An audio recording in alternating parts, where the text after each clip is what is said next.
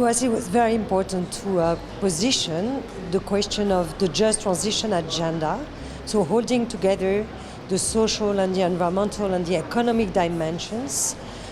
in the T20 to send messages to the G20, because Brazil has established a new task force on combating climate change under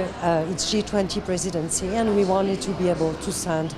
core messages to that task force, which is meeting next week.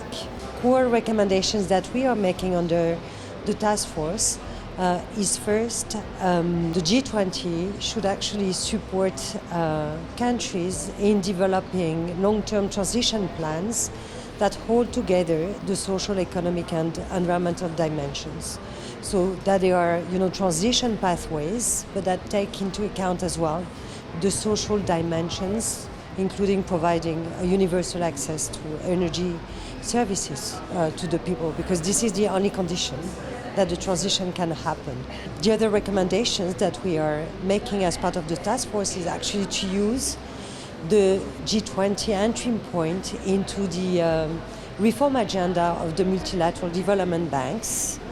to actually support those banks to become more accessible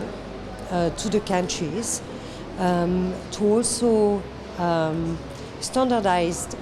access criteria so that the more vulnerable countries, but also the more vulnerable communities within countries can be prioritized and more easily access